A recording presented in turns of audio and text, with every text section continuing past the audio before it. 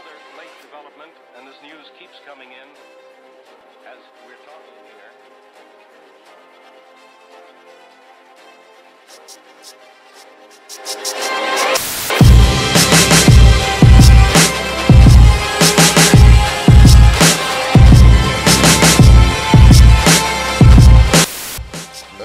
This is roll right into it. You want to talk about the 13-year-old or you want to talk about UT? Yeah, let's get to the 13-year-old. Actually, hold on. Can we stick with Texas? Actually, because, let's stick with Texas and then we'll go to the 13-year-old. Since Texas is just taking L's. All right. Jeez, all right.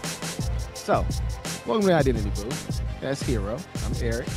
We are the amalgamation of said YouTube channel. We are so excited that y'all here with us today. We got a great topic for y'all. We are here to talk about the University of Texas at Austin and the shenanigans they got going on over there. Hopefully, if this is your old stomping grounds, wait till we tell you about your old stomping grounds, what they got popping over there. It's some foolishness. So apparently, the UT Austin boosters, the donors, are threatening to withdraw their donations to the athletic department if they do not play Eyes of Texas. Now, the majority of the student body apparently does not want the song played anymore. And there's several donors who are like, we're gonna read some quotes to y'all. We're gonna get y'all in y'all feelings today. I promise I'm gonna bless you and get you right in your feelings today. So before we do that, Heero, talk to the people. Let them know a little bit of background on the conversation we had yesterday about this. So, in order for you to understand something about Texas at Austin, you have to understand something about the campus and the makeup, the demographic of the campus. Since 2019, this campus has been struggling dramatically to get Black people on the campus because they only make up 6% of the total campus. That's everybody, not athletics. That's everybody. But as anybody, this is the funny part. The easiest way you would think to build to build a school population is to the biggest aspect of education, which would be teaching, business, and some type of engineering. You would let Black people into those three major courses because they make up a bulk of their degrees. But instead, these 6% can be found concentrated and specifically found in athletics: track, football, basketball. A little bit of volleyball and a little bit of softball mixed in there. And it screams of this old adage, the only reason why you're here is because you're gifted at sports. So they even subconsciously adhere to this this well-known stereotype. But the problem we're having here is that the song in question isn't even debatable. It would be different if there was some leeway here, if the group of people didn't feel this way, if the athletes felt a certain way. But this is coming from predominantly the white population at the school, recognizing that, hey, we aren't our father's keepers anymore. And a song that used to be played during a menstrual festival and has connotations of blackface and superiority complex just doesn't have a place here. And then the thing that kind of made everything worse for me, because in my mind, I saw where this was coming from. Imagine you were going through school and you had this thing and you just didn't know any better. But then there was a remix, a better version of this song that would have actually done what the school intended, unite everybody. But then all these donors showed their true colors. It wasn't about the song. And that's why anytime someone says politics don't belong in sports, you got to ask them, you sure? You sure you don't have some underlining issue? I'm not going to say these guys had beef with Colin Kaepernick, but if I was a betting man, I guarantee you they cursed him when they saw him take that knee. Because it's not about the song. It's about you being racist and you wanting people to accept that. Now, is that a broad ass statement for some of these people? Sure. But Eric has some comments he's gonna read, and then you can tell me if I'm being a little racist or not. Eric, I'll let you have it. All right, so I'm not gonna read the entire article. First of all, shout out to Texas Tribune. They did a masterful job. Let me go ahead and read the byline. So the byline is Kate McGee. She wrote this yesterday at 5 a.m. Shout out to that. So it said, one of the excerpts says, for many University of Texas Austin students who spent months protesting and petitioning the school to get rid of the eyes of Texas, it was gutting to see the student leader seemingly taking a stand, talking about Sam Ellinger. It goes on to say that he was only lingering alone on the field to talk with coaches. You know why? Can I say something real quick? Hey yo, you a pussy, bro. Hey, you ain't down for the team. There's an unspoken rule on football teams, and on professional teams. You don't the players before coaches every day. Players before owners every day. That's why when there's a dispute about, oh, is this person sitting out because of money? No one questions that, because the owners will trade your ass in a heartbeat, and the coach will bench your ass in a heartbeat too. So you always stick up for your team. And as a quarterback, you are the leader. You are the prima donna. You deserve every right you get, but you also take every L that the team holds. So you not going with your teammates when the whole team left, that shows that you don't have solidarity there. That means that you're more concerned about you getting some outside, because you're not going to the NFL. You're not good enough. I don't even know your name, so I can tell you that. First of all, you don't know. Well, I mean, because you're living in Bumble. I guarantee you, this guy's never gonna have a career. Yeah, yeah. So Sam Ellinger. But here's the thing: the song, "The Eyes of Texas," is played to the tune of "I've Been Working on the Railroad." Was historically performed at campus minstrel shows, and the title is linked to a saying from Confederate Army Commander Robert E. Lee. All right, so let me go down to some excerpts from the emails that some of these lovely, amazing, woke, and non-racist donors said. And I quote, "My wife and I have given an endowment in excess of $1 million to athletics. This could very easily be rescinded if things don't drastically change around her," wrote one donor in October. His name was redacted by UT Austin, citing open records laws that protect certain donor identities. Has everyone become oblivious to who supports athletics?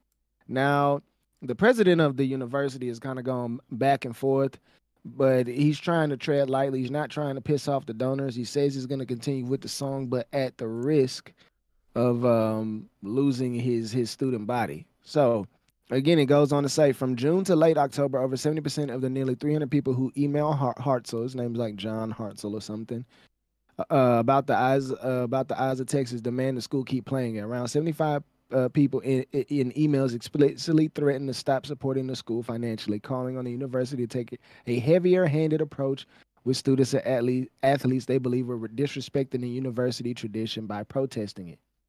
Somebody else says the Eyes of Texas is non-negotiable.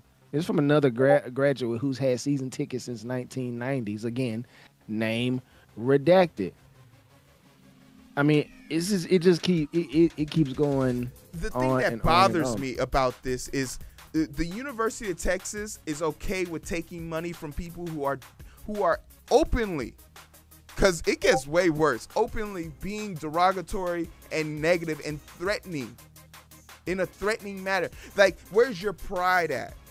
Man, go for it. Listen, so here we go.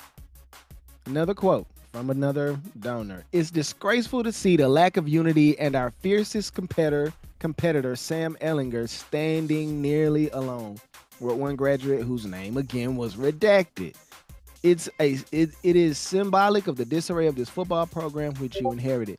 The critical race theory garbage that has been embraced by the football program and the university is doing massive, irreparable damage, end quote. What's hurting? Who's getting hurt other than the kids here? Who's being hurt other than the kids? What's more important than the kids in this situation? Yep. Again, these people don't care about that. That's not what they want. Their traditions and what they think makes the school great to be upheld, because they have the power of the purse and the power of the pen. And if they withdraw their funding, who's it going to hurt? It's going to hurt the kids. But let's keep on scrolling down. Here's another quote. UT needs rich donors who love the eyes of Texas more than they need one crop of irresponsible and uninformed students or faculty who won't do what they are paid to do. Stephen Arnold, a retired administrative law judge and UT Austin Law School graduate, wrote Hartzell. When reached for comment, Arnold said he had not donated to the university in recent years and has been completely turned off of college football after the events of last year. Again, this is crazy. Steve Sarkisian, the new coach, I know this much, Sarkisian said, The Eyes of Texas is our school song. We're going to sing that song. We're going to sing that proudly. He can piss off. He won't have a football team. Tell you that right now. Let me keep go ahead, but I'm gonna scroll down and read some more of the offensive stuff. The thing that's crazy is that as a coach, the last thing you want to do is like their season's over with. Like because like all these players are going to be thinking about any situation now, and this translates now. Think about it as parents now. Your kid is at this university. Only 6% of them, they don't see anyone that looks like them. And then a situation happens with on-campus police. You want to know what LSU coaches and Alabama coaches and Texas coaches tell their football players of color and their sports athletes of color what to do? Always wear your equipment, a school logo whenever you go outside. And they'll tell you shit like it's because you want to show pride in our organization, when the truth is to notify that officer or that person who wants to be racist towards you that you're an asset. That's all it is. Because there's countless stories of kids being pulled over and they're not told to, call their parents or call their so-and-so. They're told to call the head coach. So here we go. Let me read you two really good quotes. One is from an 18-year-old, a freshman who's involved in the student government, and the other one's from a 62-year-old guy who graduated in 1970. And you tell me who sounds more mature. First one from the 18-year-old. If something offends a certain demographic of people and they've been outspoken about it and they have every right to be offended by it, I think we should be listening to them, said Madison Morris, a freshman who's a part of the Longhorn Athletic Agency within UT Austin student government. If I'm just judging by the name, I don't know any black women named Madison. Not to say that they don't exist, but how many black women y'all know named Madison? Don't worry, I'm going to wait on that one because I don't know none. Now, let me transition over to this other one written by Larry Wilkinson. And this is what he says, and I quote, "Less than 6% of our current student body is black," wrote Larry Wilkinson, a donor who graduated in 1970, quoting a statistic UT Austin officials have stated they're working to improve. Again, he quotes, "The tail cannot be allowed to wag the dog, and the dog must instead stand up for what is right. Nothing forces those students to attend UT Austin. Encourage them to select an alternate school now," in all caps. End of quote. Here's the problem with this ignorance, bro, because the people that you're recruiting into your athletic department are the very people you're telling they can piss off. So, do you want to give $1 million a year to watch a crappy football team? Or do you want to win games? Do you want to go be excited? Do you want to have school pride? Is that what you want? Because school pride ain't taking L's. And again, if you're really trying to get more recruits to go there, then what you should be doing is making sure they feel comfortable going to this place. I don't give a dang how much money they give if I got to put up with this crap. This is what these people think about me. So what they going to do, come pat me on the back, call me boy, and smile in my face?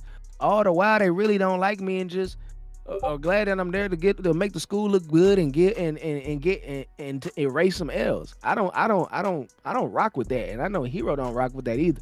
Honestly, crap like this is why we need a resurgence of the HBCU. And man, look, let me all just those say this. kids. Let me just say it right here, right now. Texas A&M would love to have you. Texas Southern would love to have you. Yo, Prairie View, Would love to have you. There's been a reemergence of, especially with the likes of Primetime joining up with Jackson State. HBCUs are a wonderful place to be, man. I picked it over Northern Illinois. It was not a hard decision for me because when I walked on that campus, that was the first time in my life I saw black teachers, all of them. Lunch ladies, black, all of them. The housemaster, black, all of them. There was nobody there that I felt threatened by, not even for a second. Man, fuck NIU. But the truth is, these kids, especially the kids that are being sent here, are A1 athletes that can make it anywhere, honestly. And to know that they have to somehow, some way, go through school, get a college degree, and all that bullshit just to then have to shake hands with these donors at their fucking letter A meetings. Because that's what they want. They want to look important next to people that they could never aspire to be. These aren't people who are too far removed from you can't bring no black man home here. Listen, so let me read you yet another ignorant quote about the guy. So the president of the university basically started a committee to do some research into the history of the Eyes of Texas song to see if it actually does have racist origins. Now, the professor just so happens to be a black man. And you won't be surprised about what I'm getting ready to read. This professor is in charge of the team. This is a direct quote. That tells us whether the song is racist or not. His question mark. His Twitter account is filled with race baiting and crybaby Black Lives Matter junk. The caption below the photo read, UT better get it together and use his brain, not this biased victim professor at UT. What do y'all think about that in the comment section? Because I got Eric, lots. can you give us some examples of the reworked song? Because that was the part that made me say, without question, that this is all about race. All right, so another here it is. An alumni named Ken Knowles suggested renaming the song to "The Might of Texas." He submitted the lyrics: "The might of Texas is upon you. Hail the orange and white. The might of Texas is upon you. Together we will fight." Another alumni and her grandmother also submitted revised lyrics, which included a new second stanza. "Do your best to be a Texan. From night till early in the morning. The skies of Texas are above you till Gabriel blows his horn." Not offensive at all. Not offensive at all. Actually, the whole point of the song is to unite people. That's the part that's baffling to me. The purpose of the song is to unite people, and there's a group of people who don't feel like they're part of that united effort, and there's another group of people that says, good. You're not supposed to feel like you're united here because it's only about us. Yeah. I mean, I don't know. It's getting really crazy to see the kind of foolishness on here. But is this is this considered cancel culture? Like, because there's been talk about. This is cancel culture. It is cancel culture. This isn't cancel culture. This is doing No. I'm talking about. No, I'm not disagreeing about this. But again, the people that you want to come and uphold the reputation of UT Austin being an athletic powerhouse. I mean, everybody knows you can go there and get a good education, but nobody goes to UT for good education. Everybody goes there for keggers, kickbacks, and competition. Anytime I was on that campus, I was doing one of those three things. Either I was at a game or a track and field event, shout out Texas Relays, or I was at a kegger at the Sig Ep house turning up, shout out to Sig Ep, or I forgot the other one I said. I messed my whole alliteration up. But anyway, y'all know what I mean. We were just there to have a good time, bro.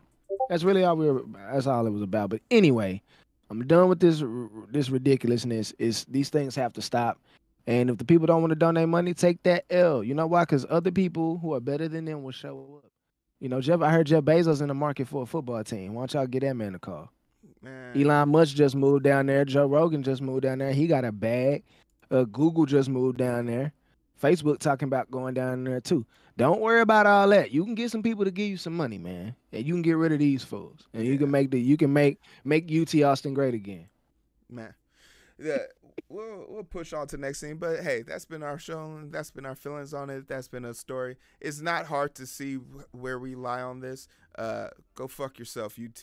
But for what it's worth, if you do want to donate some money, if you're a donor watching this right now, and you want to know what pride looks like, and you want to have some pride about yourself, well, why don't you go ahead and head down to the description in this video and hit on the E24 Endurance Challenge, because there's two badass teachers by the name of Altenberg and Russo, and they're going to be running 24 miles in 24 hours. As a professional former athlete, not my stance. But I do encourage it and motivate it, and I'm even willing to support it because they're going to be helping out some kids who have endured a lot this year and last year, and they deserve to be recognized because even through their trials and tribulations, they've still found a way to push forward and make it into school, get into their trade of choice, and push and progress their education forward. So it's a great cause. If you're interested in doing that, hit that down below. But if you're, all sold up and like, hey, things are times tough, but you still got an order coming in this week on Amazon, hey, Jeff Bezos don't mind donating to the cause. Hit that link down there. Hit the Amazon link. Let's go ahead and spend some coins with Jeff Bezos, and whatever we make from that, we'll send it over there on your behalf. It's just that simple. And if you want to listen to us without looking at us, I don't know why you would want to take that approach, but you're allowed to have, bad ideas, I guess. And you can do that on iTunes, Spotify, Google Player FM, all those locations. You'll find our luxurious podcast, but most importantly, TikTok, Instagram, Twitter, and right here, YouTube, man. 1,000 subscribers. We're on a mission, y'all. So let's like, share, and subscribe that real quick, and we'll see you at the next show. Take care of yourself. Put on your goddamn mask. Unless you live in Texas. Please put it on in Texas. I think that's the one place that you should definitely double down on it. And I'm sleep deprived, shorty on my line, and we fuss and fight. Seems like every night. Don't care who's wrong or right. I hope that in the side, slow it down and we can catch the five. But it's so hard to find through the daily grind, been working overtime. And I'm sleep deprived, shorty on my line, and we fuss and fight. Seems like every night. Don't care who's wrong or right. I hope that in the sight, slow it